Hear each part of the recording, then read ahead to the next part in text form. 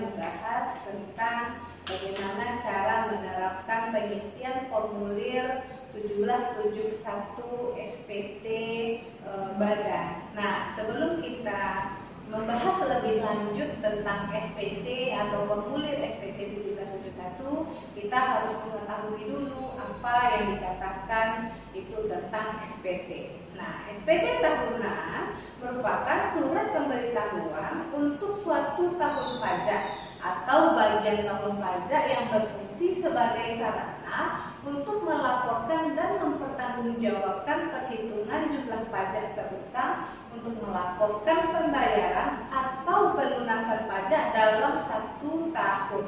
Nah, fungsi lain dari SPT adalah untuk melaporkan penghasilan yang merupakan objek pajak atau bukan objek pajak, harta dan kewajiban, serta untuk melaporkan pembayaran dari pemotong atau pemungut tentang pemotongan dan pemungutan pajak orang pribadi atau badan lain dalam 1 tahun masa pajak sesuai dengan ketentuan peraturan perundang-undangan perpajakan yang berlaku.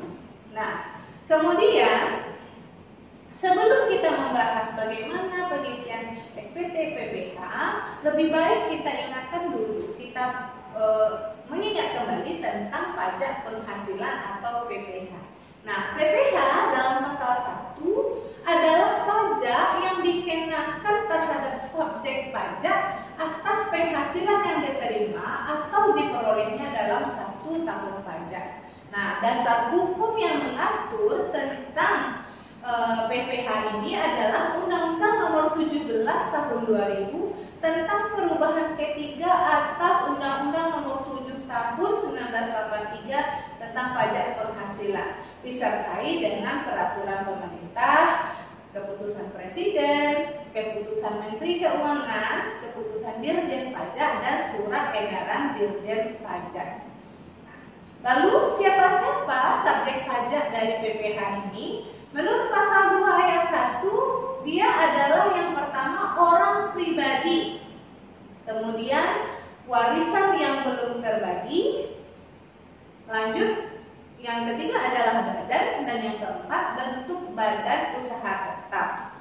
Nah, subjek pajak menurut pasal 2 ayat 2 itu dibagi menjadi 2, yaitu subjek pajak dalam negeri dan subjek pajak luar negeri. Subjek pajak dalam negeri ini dia adalah orang pribadi atau badan yang berada di dalam negeri atau di dalam negara Indonesia. Nah, berbanding terbalik dengan subjek pajak luar negeri, berarti dia adalah orang pribadi atau badan yang berada di luar negeri atau di luar negara Indonesia. Nah, subjek pajak dalam negeri menurut pasal 2 ayat 3, nah, orang pribadi dia bertempat tinggal atau berada di Indonesia lebih dari 183 hari dalam 12 bulan atau dalam 1 tahun pajak berada di Indonesia dan mempunyai niat bertempat tinggal di Indonesia.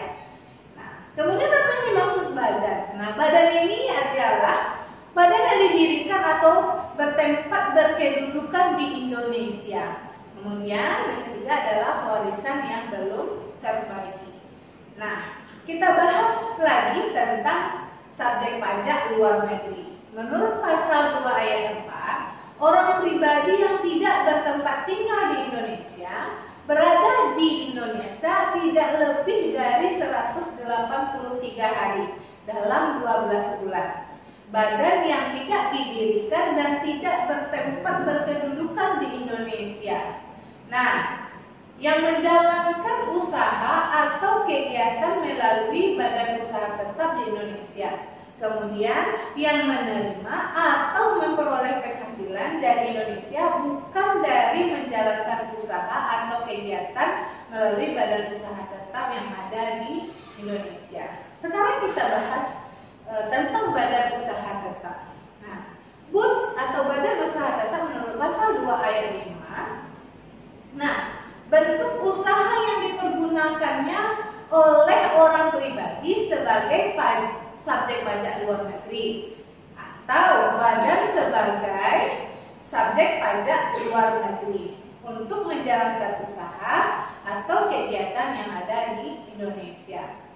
Bentuk usaha tetap menurut pasal 2 ayat 5 ini dapat berupa tempat kedudukan manajemen, cabang perusahaan, kantor perwakilan, gedung kantor, pabrik, bengkel, pertambangan, kemudian perikanan, proyek konstruksi, pemberian jasa, kemudian ada agen yang berkedudukannya tidak bebas, dan agen atau pegawai yang perusahaan asuransi luar negeri yang menerima premi atau menanggung risiko yang ada di Indonesia. Lalu apa yang kita maksud dengan tempat tinggal atau kedudukan wajib pajak? Nah, tempat tinggal atau kedudukan wajib pajak ini diatur dari pasal 2 ayat 6. Tempat tinggal orang pribadi dan tempat kedudukan badan itu ditetapkan oleh Dirjen Pajak menurut keadaan yang sebenarnya. Mungkin itu yang akan kita bahas pada pertemuan kali ini. Sampai jumpa pada pertemuan berikutnya dengan saya Teacher Ana pada pembahasan yang lainnya. Assalamualaikum warahmatullahi wabarakatuh.